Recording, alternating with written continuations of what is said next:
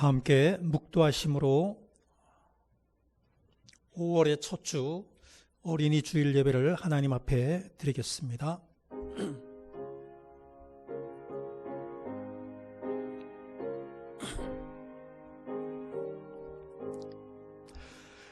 내가 진실로 너희에게 이르노니 누구든지 하나님의 나라를 어린아이와 같이 받들지 않는 자는 결단코 그곳에 들어가지 못하리라. 하나님은 영이시니 예배하는 자가 영과 진리로 예배할지니라. 아멘. 온 땅에 푸른 싹이 돋게 하시며 만물을 약동하게 하시는 아버지 하나님, 살아 숨쉬는 모든 것들이 주님을 노래하는 5월의 첫 주일 이 아침에 저희들이 기쁨으로 예배의 자리에 나왔습니다.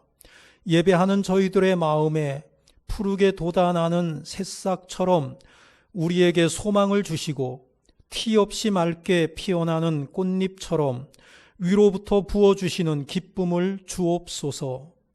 오늘은 어린이 주일로 지켜오니 주님께서 허락하여 주신 각 가정의 자녀들에게 사랑과 은총을 풍성하게 내려 주옵소서. 어린아이와 같이 낮아진 마음으로 드리는 우리의 예배를 기쁘게 받아 주옵소서. 주 예수 그리스도의 이름으로 기도하옵나이다. 아멘.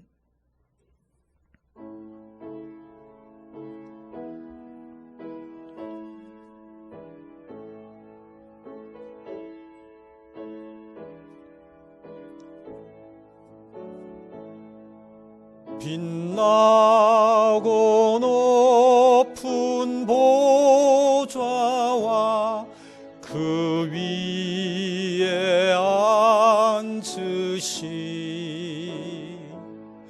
주 예수 얼굴 영광이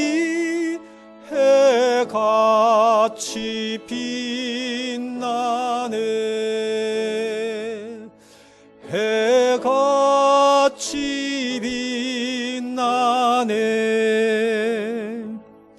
지극히 높은 위엄과 한없는 자비를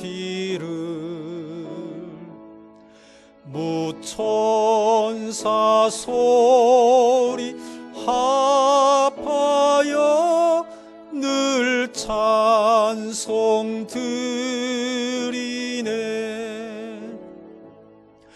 늘 찬송 드리네.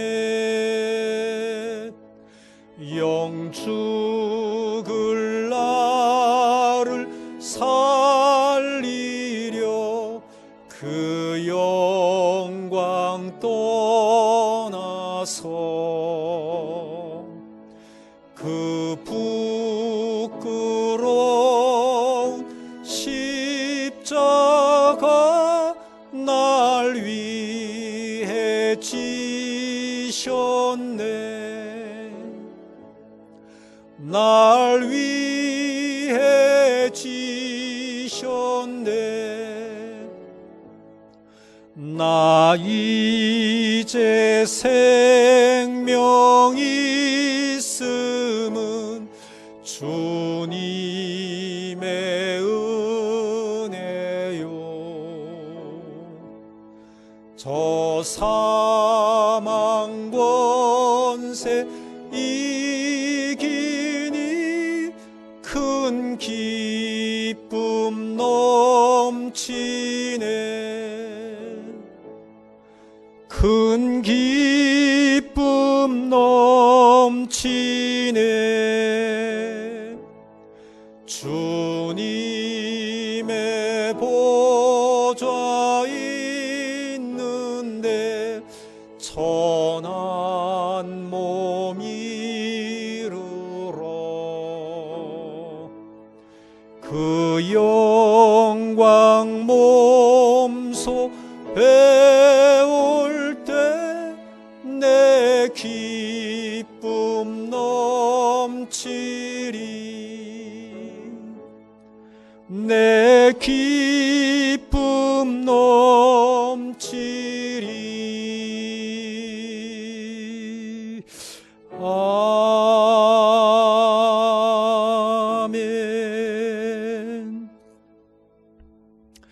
성시교독 하시겠습니다. 보라, 자식들은 여호와의 기업이요 젊은 자의 자식은 장사의 수중의 화살 같으니.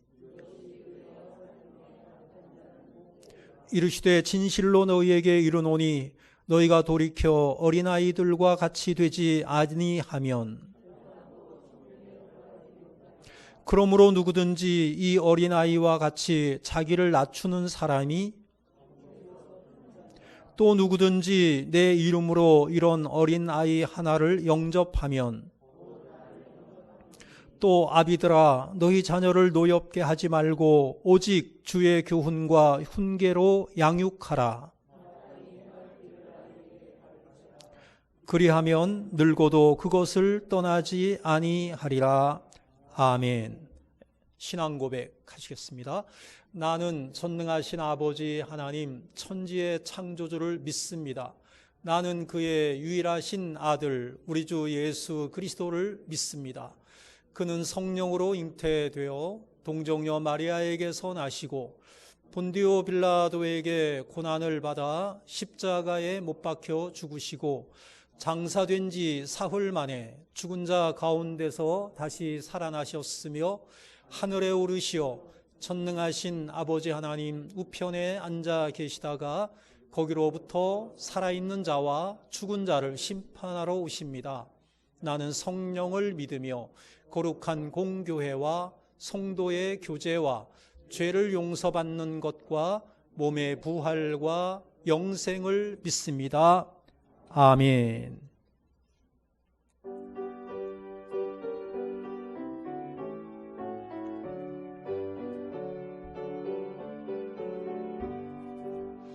주는 나를 기르시는 목자요 나는 주님의 귀한 어린 양 푸른 풀밭 맑은 시냇물가로 나를 늘 인도하여 주신다. 주는 나의 좋은 목자 나는 그의 어린 양 저를 따라 꼴을 먹여주시니 내게 부족함 전혀 없어라.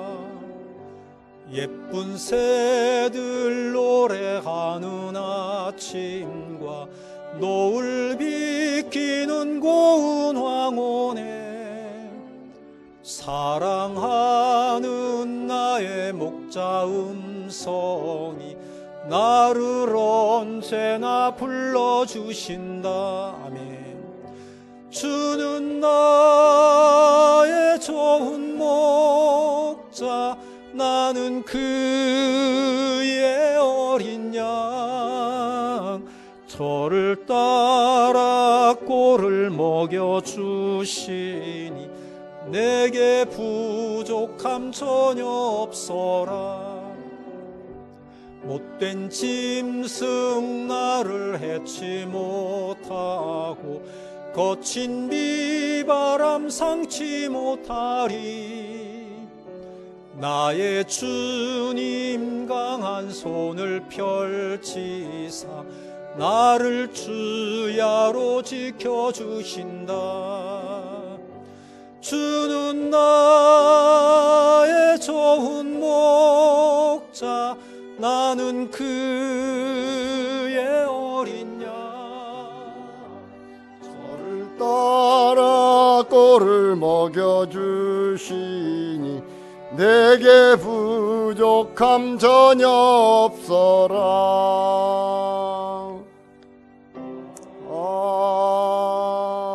아멘. 영원 전부터 영원까지 살아계셔서 역사를 주관하신 하나님 아버지, 싱그러운 5월의 첫 주를 부르심을 받은 주의 자녀들이 거룩하고 복된 성일 하나님 앞에 예배드릴 수 있도록 은혜 주심을 감사합니다. 이날은 주의 정하신 주님의 날이오니 모든 성도들이 기뻐하며 즐거운 마음으로 살아계신 하나님 앞에 찬송과 영광과 존귀와 감사로 드려지는 예배를 흠양하여 주시옵소서. 세상에 마음을 두는 사람들은 안목의 정욕과 이생의 자랑으로 즐거움을 삼지만 하나님의 자녀된 권세로 사는 성도들은 은혜를 사모하며 하나님의 입에서 나오는 말씀을 사모하오니 은혜의 강가에서 풍성함을 누리게 하시며 굶주린 영혼마다 말씀의 배부름을 만족함을 얻게 하여 주시옵소서. 자비와 용서의 주님, 나그네의 삶으로 살아가는 길에 늘 유혹과 시험의 연속입니다. 죄의 믿음 없음을 용서하여 주시옵소서. 죽음의 한계를 뛰어넘으신 주님 앞에서 먼지 같은 죄악도 뛰어넘지 못하고 실족하고 낙심하는 저희 자신을 생각할 때 부끄러운 마음으로 참회하고 회개하오니 죄와 허물을 사하여 주시옵소서. 이 시간 예배를 통하여 제사함을 받고 변화를 받아 죄를 이기는 삶을 살아갈 수 있도록 보혜사 성령님 우리를 도와주시옵소서. 사랑의 주님, 오늘은 가정의 달이요 신앙유산의 달입니다. 죄악이 가득한 이 땅에 빛으로 오신 주님이 주님의 뜻이 이 땅에 이루어지기를 원합니다. 교회의 모형인 가정이 천국을 이루기를 원하지만 사탄에 뿌려놓은 씨앗으로 인하여 질병으로 고통하며 물질로 다툼이 나며 사랑이 식어지니 분열되어 고통하는 가정들을 찾아가 주셔서 신앙으로 바로 세워주시며 말씀으로 치유되게 하셔서 회복되는 귀한 가정으로 인도하여 주시옵소서. 죽은 자도 살리신 소망의 주님, 간절히 소망하고 간구합니다. 코로나19로 인하여 이 땅의 교회에 예배가 많이 움츠려져 있습니다. 질병이 사라지게 하시며 속히 예배가 회복되게 하옵소서. 오늘은 어린이 주일인데 주인공인 어린이들이 코로나19로 예배가 중단되어 있으며 학교의 학습을 쉬고 있는 이 현실을 불쌍히 여기사 어린이 입술에 찬송과 예배가 회복되게 하시며 학교의 학습이 속히 이루어지게 하여 주시옵소서. 주님, 주일학교와 다음 세대가 침체되는 것이 저출산이요 시대적 영향 때문이기도 하지만 믿음에 대한 열정이 잃어버린 결과임을 깨닫습니다.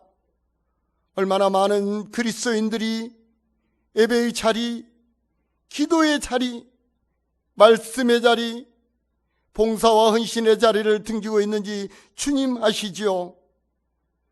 지금은 은혜 받을 만한 때요 구원의 때라 하였사오니 믿음의 열정이 회복되어 이 영향이 다음 세대로 이어지는 회복이 되게 하여 주시옵소서. 이 시간 생명의 말씀을 선포하실 이근영 담임 목사님을 성령님 강권적으로 붙들어 주시어 천국의 소망의 말씀을 선포하실 때 능력으로 나타나 전하는 말씀이 심령의 옥토밭에 떨어져 30배, 60배, 100배의 결실이 되게 하옵소서. 어려움 중에도 지난 4월 한 달을 지켜주신 주님, 5월의 시작도 주님과 함께 하셔서 강단을 지켜주시며 가정과 직장과 사업장과 손을 하는 모든 일에 지켜주시며 보호하여 주셔서 승리의 삶을 살아가게 하여 주시옵소서. 감사드리며 우리를 사망에서 생명으로 인도하신 예수 그리스도 이름으로 기도 올리옵나이다. 아멘.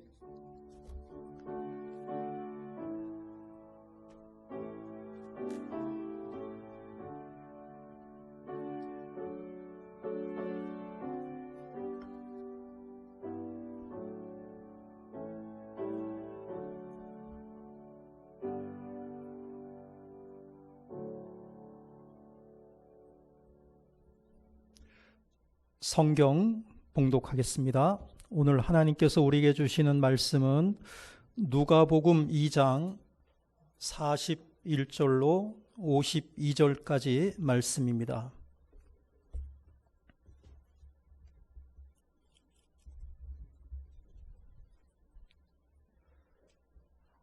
누가복음 2장 41절부터 52절까지 우리 함께 교독하시겠습니다. 그의 부모가 해마다 유월절이 되면 예루살렘으로 가더니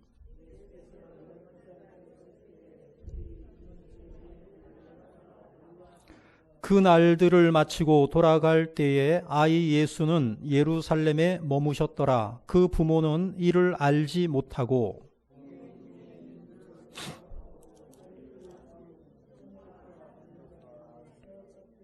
만나지 못함에 찾으면서 예루살렘에 돌아갔더니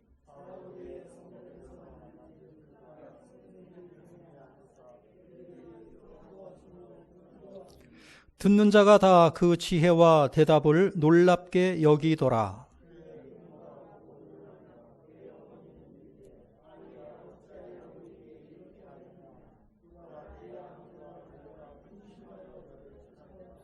예수께서 이르시되 어찌하여 나를 찾으셨나이까?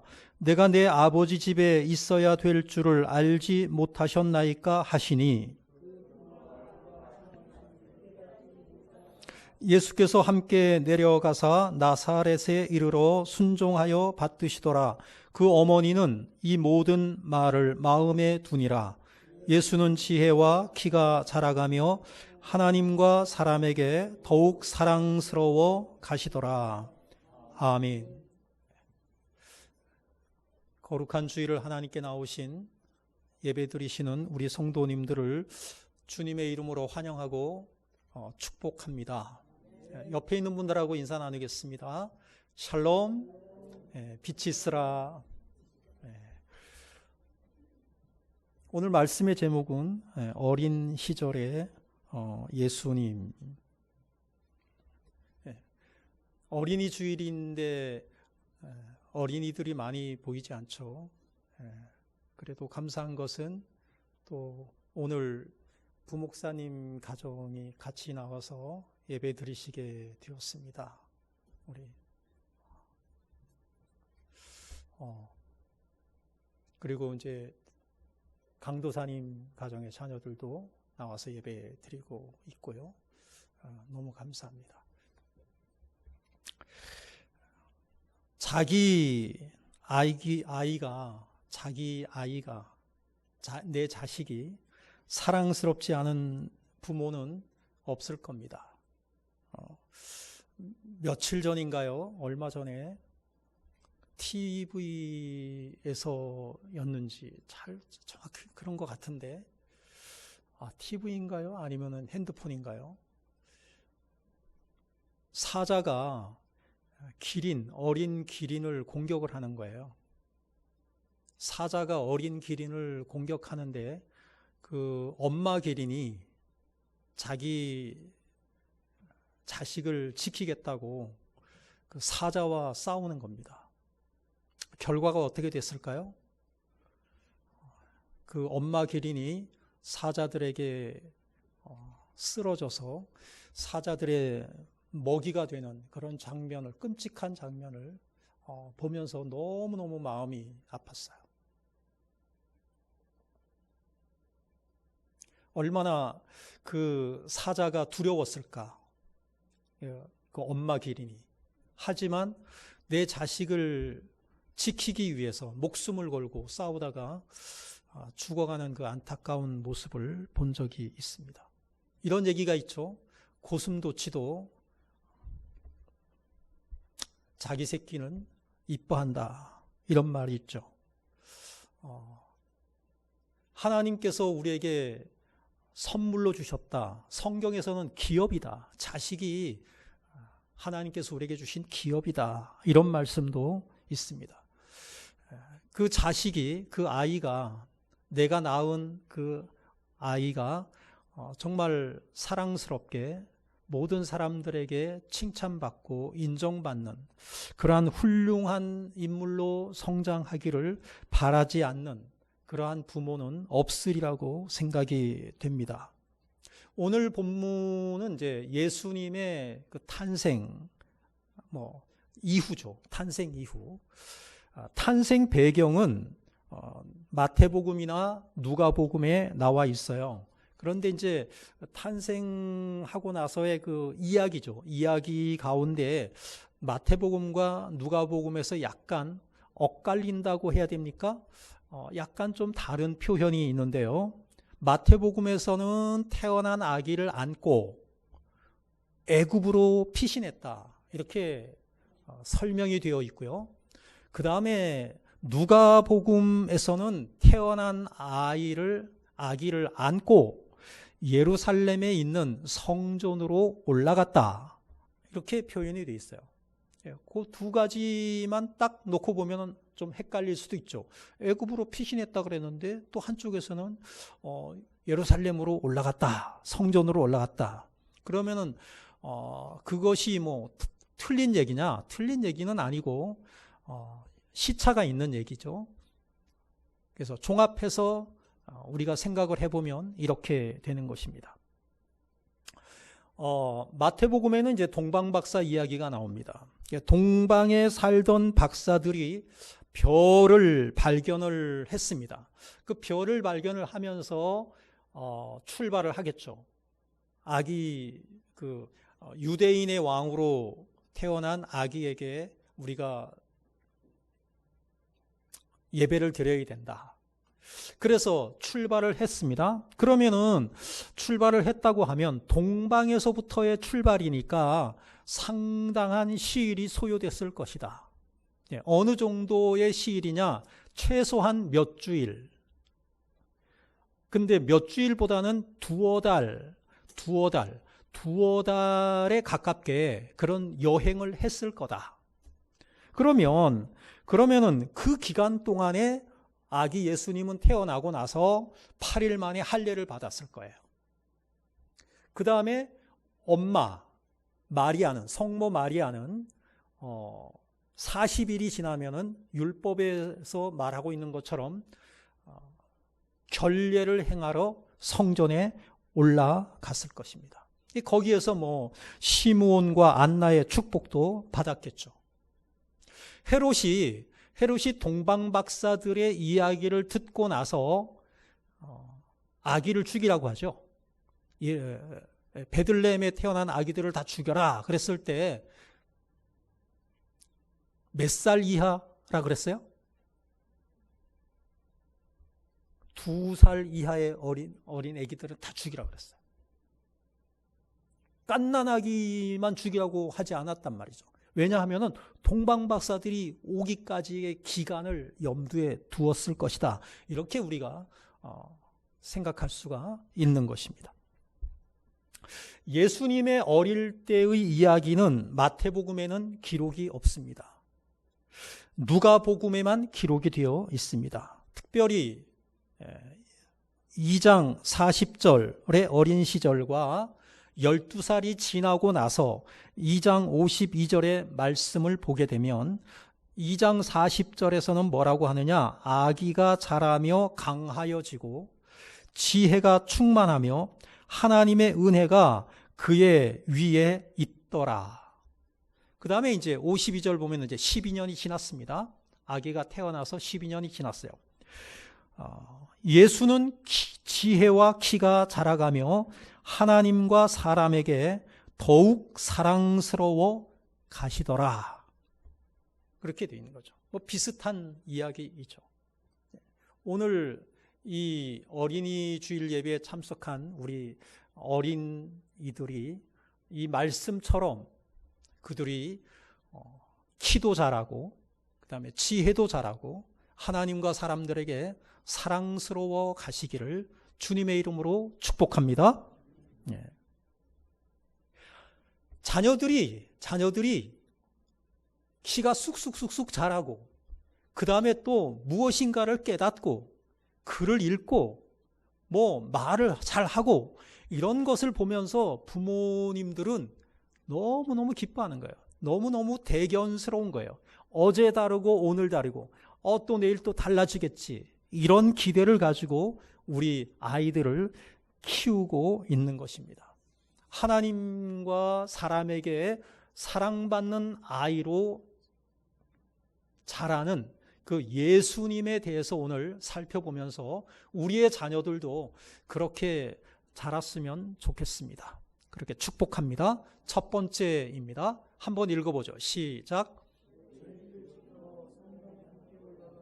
절기를 지키러 성전에 함께 올라간 예수. 42절, 43절을 같이 읽겠습니다. 시작. 예수께서 12살 되었을 때에 그들이 이 절기의 관례를 따라 올라갔다가 그 날들을 마치고 돌아갈 때에 아이 예수는 예루살렘에 머무셨더라. 그 부모는 이를 알지 못하고. 아멘. 지성이 어디 있어요? 지성이 몇 살이에요? 몇 살이라 그랬어요? 12살이래요. 예수께서 12살 되었을 때. 하율이 어디 있어요? 하율이 몇 살이에요? 몇 살이에요? 12살이래요? 오, 둘 다 12살이네.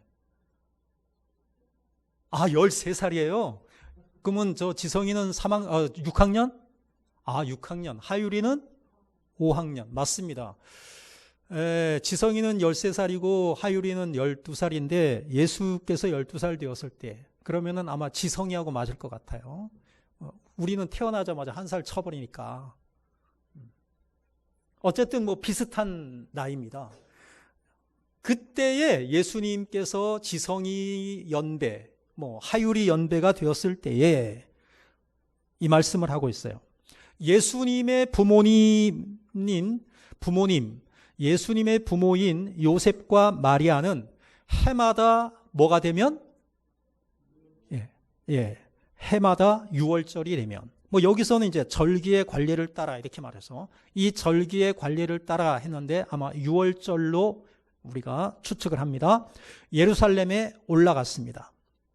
이것은 절기의 관례였다. 이 말이죠. 절기의 관례였다. 유대인들, 이스라엘 백성들이 아주 섬기는 꼭 지키려고 애쓰는 아주 중요한 3대 절기가 있습니다. 율법에 나와 있어요. 모세오경에 나와 있어요. 3대 주요 절기가 있는데 그 3대 주요 절기가 첫 번째가 유월절, 두 번째가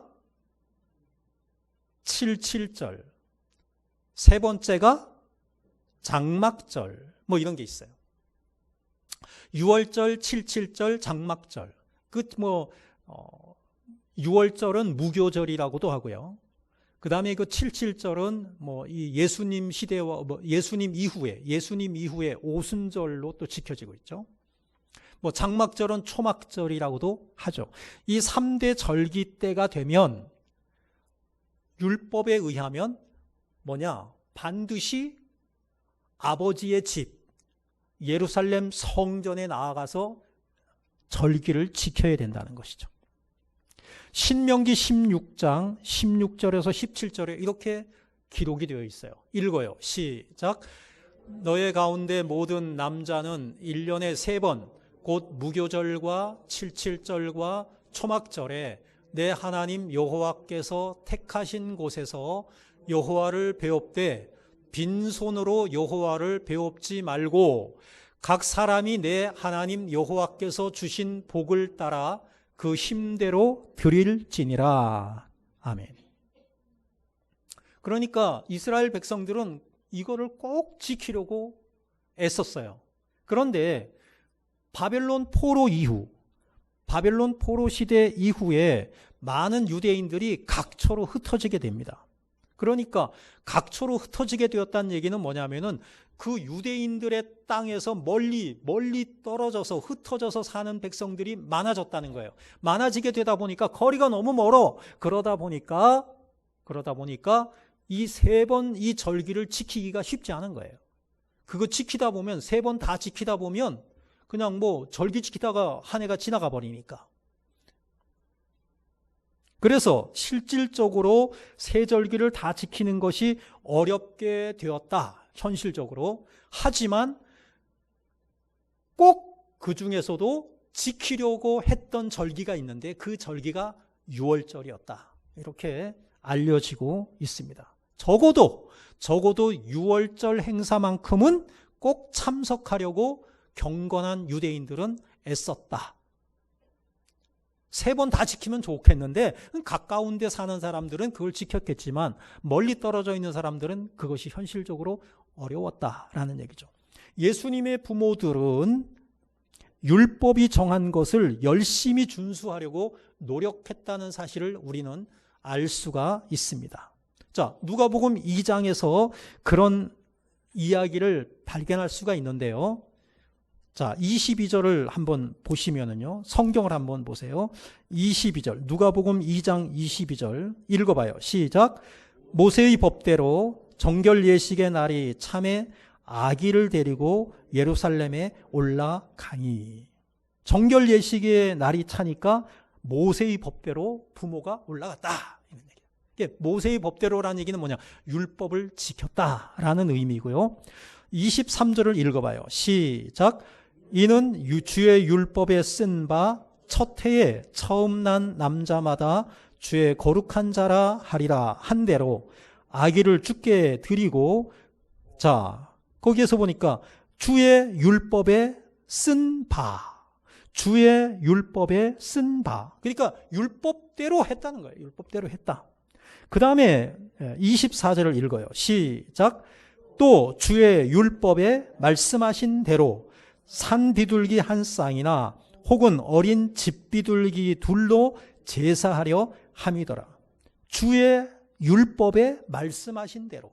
그러니까 요셉과 마리아는 율법, 모세 율법, 모세의 오경, 거기에서 말씀하신 대로 지키려고 애썼다라는 것을 누가복음 저자는 강조하고 있는 것이에요. 또 있어요. 27절 한번 읽어봐요. 시작. 성령의 감동으로 성전에 들어가매 마침 부모가 율법의 관례대로 행하고자 하여 그 아기 예수를 데리고 오는지라. 아멘. 율법의 관례대로 행하고자 하여. 그러니까 뭐 요셉과 마리아는 하나님 말씀대로 살려고 애썼던 경건한 유대인이었다. 뭐 그런 아주 모범적인 성도였다라는 사실을 우리는 확인할 수가 있습니다. 저는 지금 하나님께 예배드리시는 우리 원당제일교회 교우 여러분들이 이와 같이 하나님 말씀대로 살고자 정말로 애쓰시는 그러한 부모, 그러한 성도가 되시기를 주님의 이름으로 축복합니다. 그 당시는 뭐 절기를 지키러 그렇게 꼭 열심히 했고 그렇게 했는데 오늘날 우리 성도들은 뭐냐면은 해마다가 아니라 절기마다가 아니라 뭐마다? 매주일마다 반드시 교회에 나와서 예배 드려야 합니다. 매주일마다 나와서 예배 드려야. 여러분들 달력 날마다 보시죠. 달력을 보게 되면 항상 빨갛게 쓰여져 있는 그러한 요일이 있는데 무슨 요일이에요? 일요일이라고 세상 사람들은 말하는데 우리는 주일이라고 말하죠. 주일이라고 말하는 이유는 뭐냐면은 그 날이 주님의 날이기 때문입니다. 예수님께서 죄와 사망의 권세를 깨뜨리고 부활하신 날이기 때문입니다.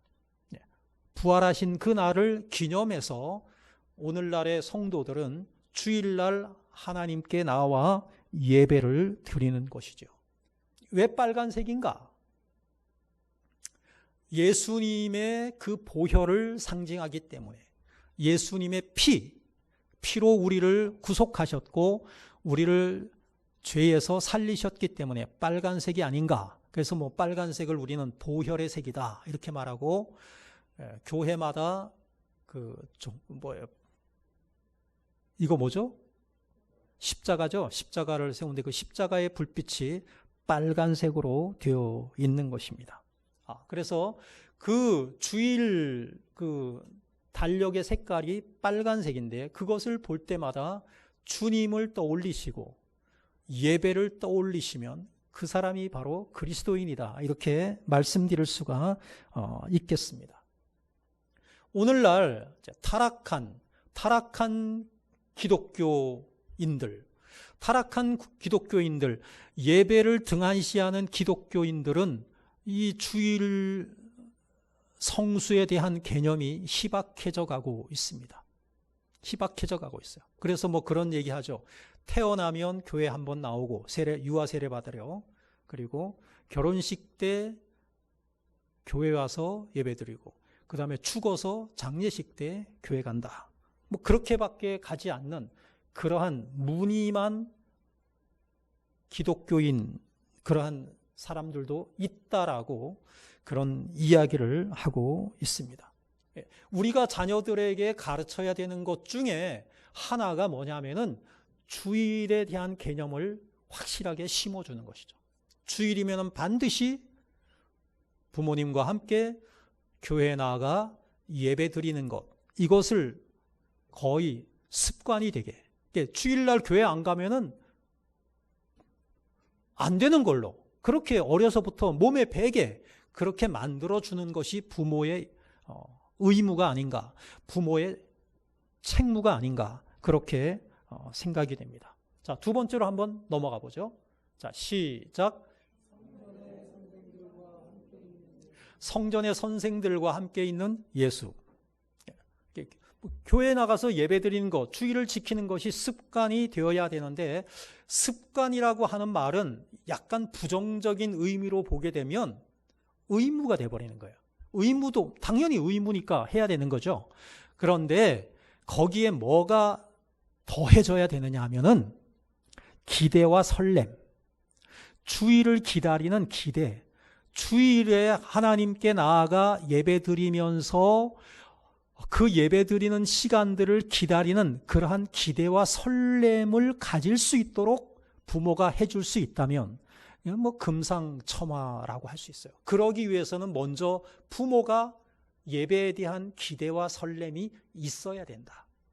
그럴 때 그 주일을 준비하는 과정 속에서 자녀들에게도 그 기대와 설렘까지도 자연히 이렇게 유전되지 않을까, 그렇게 기대를 해 봅니다. 자, 6월절 절기는 무교절이라고도 얘기하죠. 왜 무교절이라고 하느냐? 무교절이라고 하는 것은 발효되지 않은 무교병을 먹어야 되기 때문이죠. 무교절이라고 돼요. 일주일 동안 계속이 되었어요. 그리고 이 절기를 위해서 예루살렘을 찾은 순례자들은 적어도 그곳에 이틀은 머물러 있었다, 그렇게 말하고 있습니다. 일주일 동안 지속되는데 개인은 적어도 한 이틀 정도는 그곳에 머물렀었다, 그런 얘기죠. 그런데 예수님은 그의 부모들보다 예루살렘에 더 오래 머물러 있었습니다. 그것이 이제 뭐냐면은 부모가 돌아가고 있죠. 다시 어디를 향해서?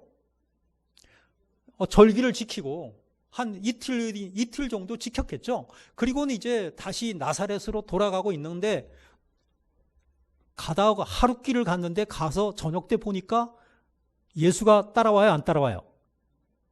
예수가 따라와요, 안 따라와요? 안 따라오잖아요. 그 안 따라오는 예수는 뭐냐면은 더 있었다는 거예요. 예루살렘에 더 머물렀다는 거예요. 부모는 무슨 일이 있었기에 하룻길을 가면서 예수가 있는 것을 몰랐을까? 저는 이 부분에서 막히는 거예요. 아니, 말이 안 되는 거예요. 이해가 가요? 어떻게 내 자식이 옆에 없는 거를 하루 종일 모르고 있을 수가 있냐 이거예요. 여러분들 자식이 잠시 동안 안 보이면 어떻게 돼요? 당연히 찾아야 되잖아. 근데 이 요셉과 마리아는 안 찾았어요. 아침부터 출발했어요. 저녁 때가 됐어요. 그때서야 알았어. 뭐 이런 부모가 다 있어? 여러분 이해 가시는 분? 그 궁금증을 풀어드리겠습니다. 당시에 성전에 올라가거나 그 다음에 이제 절기를 지키고 다시 돌아올 때 어떻게 했느냐? 가족끼리 이렇게 움직이지 않았다는 거죠. 가족끼리 움직였다면 당연히 우리 식구 다 됐어 출발 이렇게 가는 거죠. 그런데 그 당시에는 그렇게 움직이지 않았다는 거예요. 나사렛 사람들이니까 나사렛 같은 동네 사람들이 같이 움직이는데 남자는 남자들끼리, 여자는 여자들끼리, 어린 아이들은 뭐 엄마 부류에 속해서 같이 간다거나 뭐 이렇게 했다는 거예요. 그런데 문제는 뭐냐 하면은 예수의 나이가 몇 살이다? 12살이다. 이 12살이라고 하는 나이가 애매한 나이라는 거죠. 애매한 나이. 어떻게 애매하냐? 어린아이도 아니고 그렇다고 어른도 아닌 그런 어중간한 나이였다는 거예요. 그러니까 쉽게 말하면 이거죠.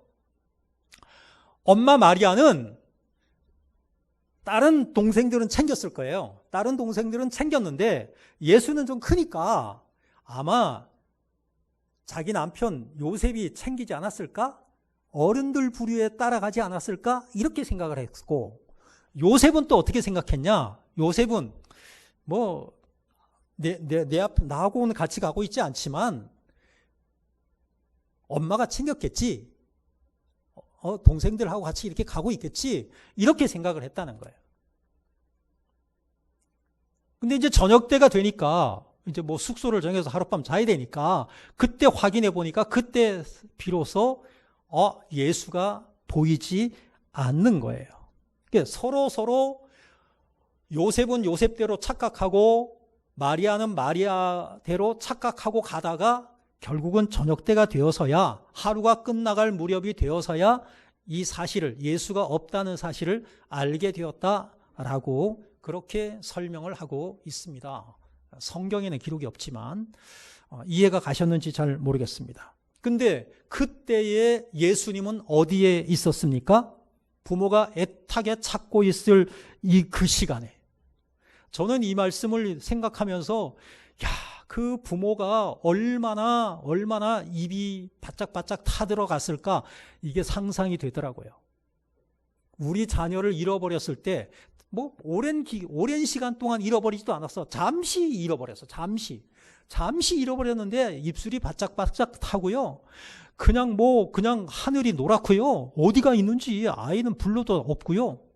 근데 어디가 있냐? 경찰서에 가 있는 거예요. 근데 아이는 아무런 걱정도 안 하고 있는 거예요. 아기가 똘똘하죠? 왜?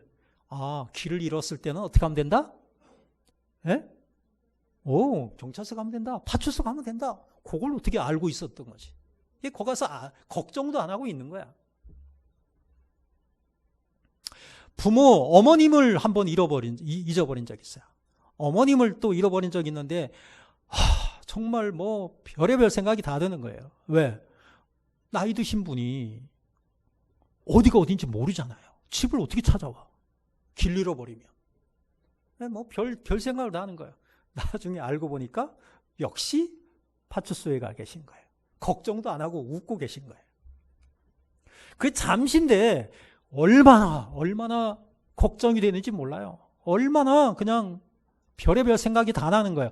근데 며칠 만에 찾았다고요? 요셉과 마리아는 며칠 만에 찾았다고? 사흘 동안 찾았대. 사흘 동안. 사흘 만에 찾은 거야. 그러면 사흘 동안 예수, 자기 자식을 발견하지 못하고 그냥 있는 사람 없는 사람 그냥 물어 가면서 헤매고 다녔을 요셉과 마리아를 한번 상상해 보시기 바랍니다. 엉뚱한 데서 찾은 거야. 어디 가서 찾으면 되는데. 나 같으면은 파출소 가서 찾으면 되는데 엉뚱한 데서 찾은 거예요. 근데 요셉과 마리아는 엉뚱한 데서 찾은 거야. 오가는 길에서 찾은 거예요. 하루 길을 돌아오면서 찾은 거예요. 돌아오면서. 이름도 불렀을 것이고 이 사람 저 사람 만나서 물어봤을 것이고 그런데도 없대. 그래서 결국은 예루살렘까지 왔는데 어디 가니까 있어? 성전에 가니까 있는 거예요. 얼마나 놀랐을까? 자, 48절 49절을 같이 읽어봐요. 시작. 그의 부모가 보고 놀라며 그의 어머니는 이르되 아이야 어찌하여 우리에게 이렇게 하였느냐? 보라 내 아버지와 내가 근심하여 너를 찾았노라. 예수께서 이르시되 어찌하여 나를 찾으셨나이까? 내가 내 아버지 집에 있어야 될 줄을 알지 못하셨나이까? 하시니. 그랬어요. 부모가 요셉과 마리아가 자기 자녀 예수를 나무라는 거예요. 아, 도대체 너 어디 있었니? 우리가 얼마나 근심했는지 알아? 너 찾느라고 얼마나 그랬는데 멀쩡하게 환하게 웃으면서 이 예수는 뭐라고 얘기하느냐? 아니, 내가 아버지 집에 있어야 될 줄 모르셨어요? 내가 내 자녀를 잃어버렸을 때 내가 파출소에 있는 거 몰랐어요? 뭐 이런 얘기하고 똑같은 거지. 내 아버지 집에. 예수가 말한 표현입니다. 내가 내 아버지 집에 있어야 될 줄을 알지 못하셨나이까? 이렇게 말하는 거예요. 거기에 뭐라고 되어 있냐면 사흘 후에 성전에서 만났는데 그가 선생들 중에 앉으사 그들에게 듣기도 하시며 묻기도 하시니 듣는 자가 다 그 지혜와 대답을 놀랍게 여기더라. 누구하고 대화를 하고 있느냐? 성전에서 선생들하고 랍비들하고 대화를 하는 거예요. 선생들하고 랍비들하고 성경 박사들하고 대화를 주고받는 거예요. 그러니까 예수가 얼마나 그 당시에 성경에 대해서 많이 알고 있었는가 하는 것을 우리는 상상할 수가 있는 것입니다. 우리 자녀들이 교회에 열심히 나오는 것도 중요하고요. 그 다음에 교회에 와서 열심히 선생님들 설교나 어떤 예배나 이런 것들을 통해서 성경 공부를 통해서 이 하나님과 이 성경에 관한 지식이 날마다 이렇게 그들이 지식이 향상되는 것, 이것에 대해서 부모님들이 관심을 많이 가지고 계셨으면 좋겠습니다. 하나님의 말씀에 관해서 자녀들과 많이 대화도 하시고 또 예배도 드리시고 그렇게 했으면 좋겠습니다. 교회에 나와서 그들이 별거 그냥 교회에 나와서 그냥 막 뛰어놀기만 하는 것 같은데 가만히 보면 그들에게 이미 또 선생님들이 열심히 가르치셔가지고 성경 지식이 많이 들어가 있는 것을 우리가 보면서 깜짝깜짝 놀랄 때도 있잖아요. 그냥 스폰지처럼 말씀을 그들이 습득하고 배우고 그렇게 믿음 안에서 자라나고 있는 것을 우리가 또 발견할 수가 있는 것이지요. 그 다음에 이제 세 번째로 넘어가겠습니다. 자, 읽어보시죠. 시작. 네, 사흘 만에 아들을 찾았어요. 그리고는 부모가 가슴을 쓸어 내렸겠죠. 그리고 어찌하여 우리에게 이렇게 하였느냐? 우리가 얼마나 근심했는지 아냐? 그러면서 막 나무라고 있는데 이 아이는 이 예수는 뭐라고 하냐면은 어찌하여 나를 찾으셨어요? 내가 당연히 내 아버지 집에 있을 거를 왜 생각을 못 하셨어요? 절기는 일주일 동안 계속되는데 부모는 미리 출발해버린 거예요. 여기서 이제 내 아버지 집에 내 아버지 집, 예수님이 하신 말씀이에요. 내 아버지 집. 부모는 잘 몰라. 이게 무슨 말인지 잘 못 알아들었대. 성경이 잘 못 알아들었대. 그 말을.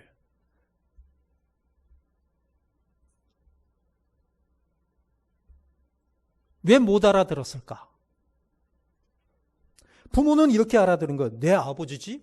아버지 집? 야, 아버지 집은 나사렛에 있잖아. 그래서 지금 아버지 집으로 가야 되는 거 아니야? 뭐 그런 식으로 생각했죠. 아버지 집. 여러분, 아버지 집이 어디예요? 내 아버지 집이 어디예요? 내 아버지 집이 어디예요? 너무 어려워요? 성전이잖아요, 성전. 아버지 집은 성전이잖아요. 하나님이 계신 곳, 아버지 집, 성전. 부모는 그 자녀가 하는 말을 잘 알지 못했다. 어쨌든 그 부모와 함께 다시 나사렛을 향해서 지금 내려갑니다. 나사렛에 도착했습니다. 이제는 육신의 아버지 집에 도착한 거죠. 거기에서 이제는 현실의 삶으로 돌아온 것을 이야기하고 있고요. 거기에서 51절 이렇게 말합니다. 읽어요. 시작. 예수께서 함께 내려가사 나사렛에 이르러 순종하여 받드시더라. 그 어머니는 이 모든 말을 마음에 두니라. 하나님 성경이 가르치는 게 뭐예요? 부모에게 효도하라고 가르치잖아요. 부모를 공경하라라고 가르치고 있죠. 10계명 중에 제5계명 내 부모를 공경하라. 그리하면 내 하나님 여호와가 내게 준 땅에서 내 생명이 길리라. 장수의 복을 주신다라고 말씀하여 주시고 있어요. 하나님 말씀을 배웠어요. 하나님 말씀을 배워서 내가 은혜를 받았어요. 그러면은 그것이 우리의 삶 속에 적용되어야 된다는 것이죠. 한번 따라해 보시기 바랍니다. 은혜 받은 부모는 자녀를 사랑합니다. 은혜 받은 자녀는 부모를 공경합니다. 은혜 받은 성도는 이웃을 사랑합니다. 우리는 하나님의 자녀로 은혜 받은 사람들입니다. 은혜 받은 사람들은 그 은혜가 하나님의 은혜가 우리에게 임하였어요. 그러면은 그 은혜가 이제는 세상으로 흘러가야 된다는 거죠. 자녀에게로 흘러가야 되는 것이죠. 하나님께 내가 은혜 받았으면 은혜 받은 것이 우리의 삶 속에서 나타나야 된다는 것이죠. 우리의 믿음을 우리의 삶으로 증명해야 되는 것이죠. 부모는 은혜 받은 부모, 믿음의 부모는 자녀를 믿음으로 기르잖아요. 정말 사랑하면서 잘 양육하잖아요. 그리고 교회에 와서 부모를 닮아서 내가 신앙생활 하면서 어린아이가 은혜를 받아요. 은혜를 받게 되면 그 아이는 부모를 공경하겠죠. 친구들하고 잘 지내겠죠. 은혜 받은 성도는 이웃들하고의 관계를 잘 맺어서 이웃들에게 친절하고 배려하고 섬기고 사랑하는 삶을 살겠죠.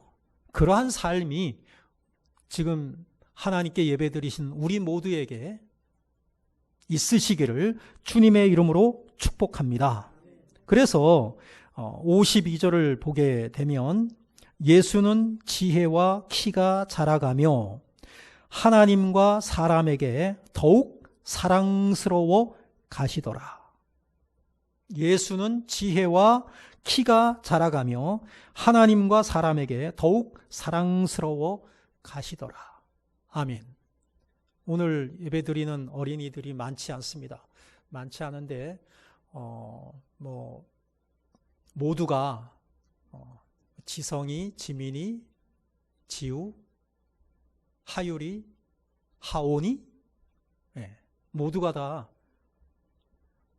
키도 쑥쑥 자라시길 바라고 지혜도 쑥쑥 자라시기를 바라고 하나님과 사람에게 칭찬받고 사랑받는 아이로 그렇게 성장하기를, 자라기를 주님의 이름으로 축복합니다. 기도하겠습니다. 하나님 은혜를 감사드립니다. 오늘 어린이 주일 예배를 하나님 앞에 드렸습니다. 예수님의 그 믿음, 예수님께서 키도 쑥쑥 자라고 지혜도 쑥쑥 자라며 하나님과 사람에게 정말로 사랑스러운 존재로 성장하는 모습을 믿음의 눈으로 오늘 성경을 통해서 알게 되었습니다.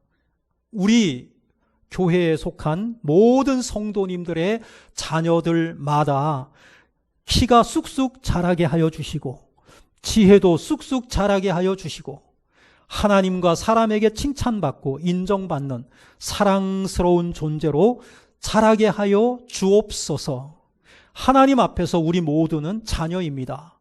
하나님 안에서 오늘 예배드리는 우리 모든 성도님들의 믿음이 자라게 하시고 그들의 영역도 자라게 하셔서 아버지 하나님, 하나님을 더 가까이 하나님께 더 큰 믿음으로 주님을 섬기며 세상 사람들에게 정말로 섬기는 자로 바르게 살아갈 수 있도록 주님 은혜를 베풀어 주옵소서.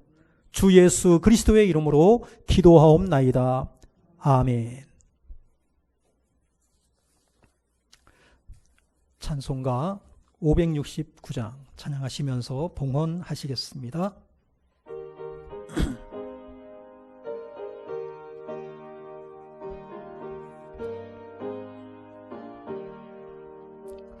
선한 목자 되신 우리 주 항상 인도하시고 푸른 풀밭 좋은 곳에서 우리 먹여주소서. 선한 목자 구세주여 항상 인도하소서. 선한 목자 구세주여 항상 인도하소서. 양의 문이 되신 예수여 우리 영접하시고 길을 잃은 양의 무리를 항상 인도하소서. 선한 목자 구세주여 기도 들어주소서. 선한 목자 구세주여 들어주소서. 흠이 많고 약한 우리를 용납하여 주시고 주의 넓고 크신 은혜로 자유 얻게 하소서. 선한 목자 구세주여 항상 인도하소서. 선한 목자 구세주여 지금 나아갑니다. 일찍 주의 뜻을 따라서 살아가게 하시고 주의 크신 사랑 베푸사 따라가게 하소서. 선한 목자 구세주여 항상 인도하소서. 선한 목자 구세주여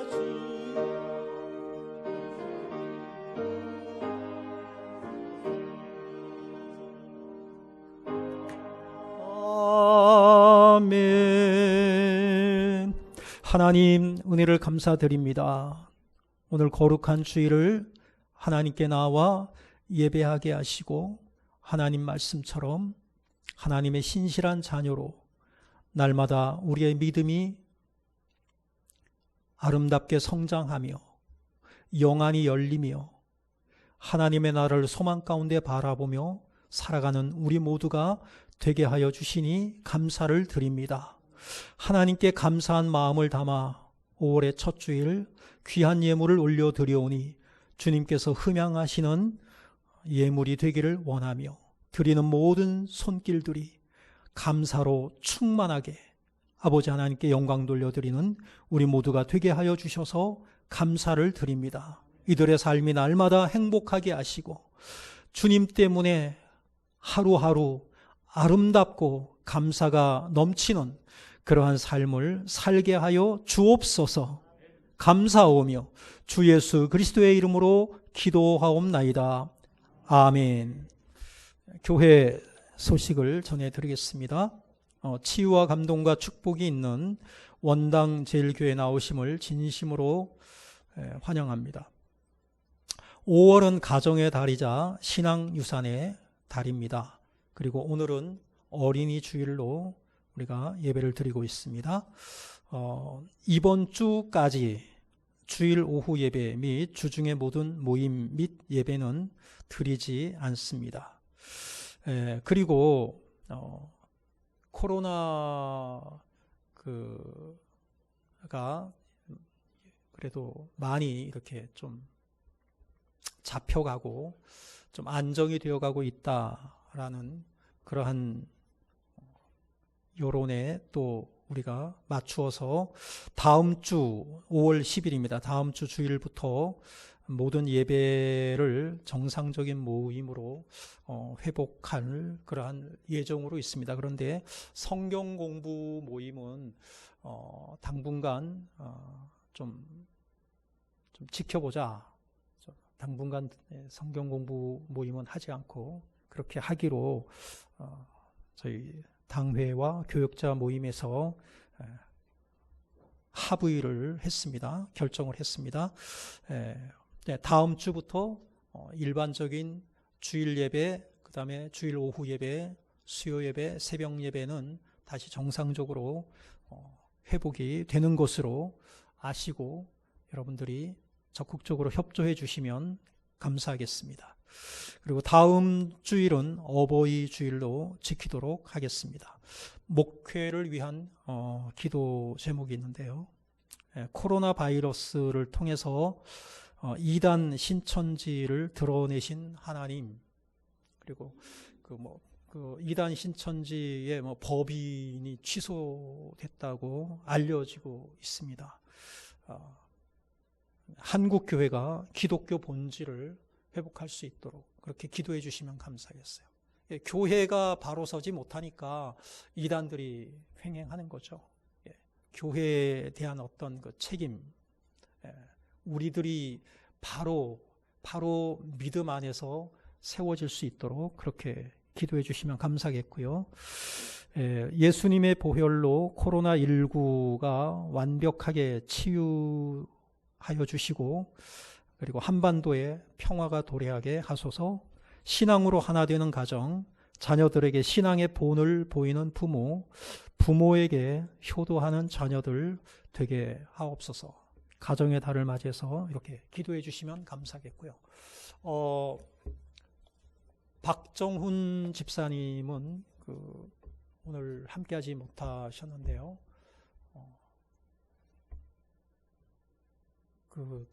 수술은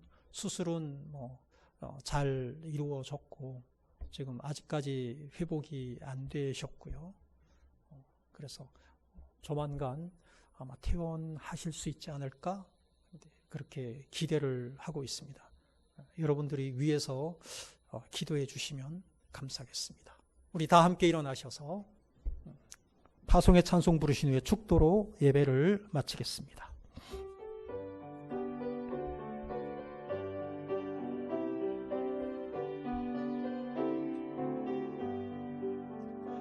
여기에 모인 우리 주의 은총 받은 자여라. 주께서 이 자리에 함께 계심을 아노라. 주님만을 찬양하며 따라가리니 시험을 당할 때도 함께 계심을 믿노라. 이 믿음 더욱 굳세라. 주 주가 지켜주신다. 어두운 밤에도 주의 밝은 빛 인도하여 주신다. 이 믿음 더욱 굳세라. 주가 지켜주신다. 어두운 밤에도 주의 밝은 빛 인도하여 주신다. 지금은 우리 구주 예수 그리스도의 은혜와 아버지 하나님의 사랑과 성령의 인도하심이 5월의 첫 주 하나님께 나와 어린이 주일 예배를 드리며 하나님 말씀을 쫓아 하나님의 충성스러운 자녀로 날마다 우리의 키와 지혜가 자라며 사람들과 아버지 앞에 칭찬받고 인정받고 사랑받는 복된 성도로 자라기를 마음으로 소원하며 다짐하며 돌아가는 우리 모든 성도들에게 이제로부터 영원토록 함께 있을지어다. 아멘.